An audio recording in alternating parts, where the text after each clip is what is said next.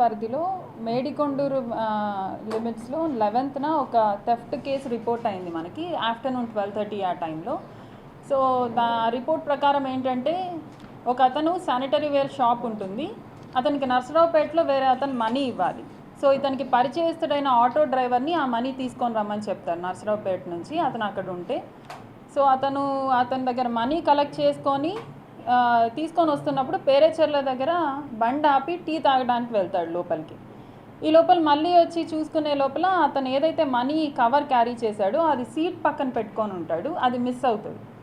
So అప్పుడు వచ్చి మనకి మేడికొండూరు పోలీస్ స్టేషన్లో కంప్లైంట్ ఇచ్చారు. సో అది మనం కంప్లైంట్ రిజిస్టర్ చేసి ఇన్వెస్టిగేషన్ చేస్తుంటే అందులో భాగంగా మనకు వచ్చిన టెక్నికల్ డీటెయిల్స్ని బట్టి మనము ఒక 3 అఫెండర్స్ బైక్ మీద వచ్చి ఇది చేశారని మనం గుర్తించడం జరిగింది.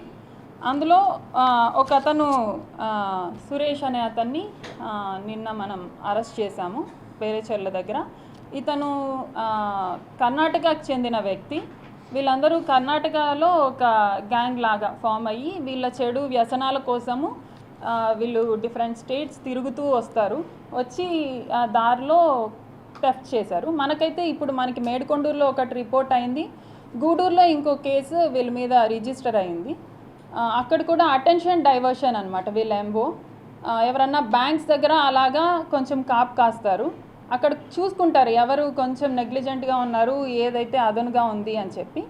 గూడూరులో జరిగిన దాంట్లో కూడా అతని మీద ఏదో పౌడర్ స్ప్రే చేశారు, దానికి అతనికి ఇచ్చింగ్ వచ్చింది. సో మీరు వాటర్తో కడుక్కోండి అని వాటర్ బాటిల్ ఇచ్చారు అతనికి. ఈ లోపల ఈ మిగతా ఇద్దరు అడ్డుగా ఉంటారు.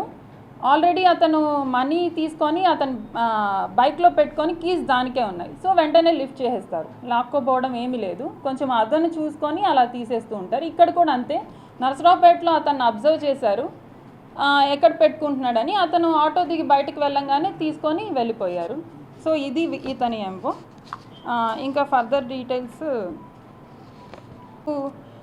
ఈ కేసులో మనకి 2,25,000 థెఫ్ట్ జరిగింది.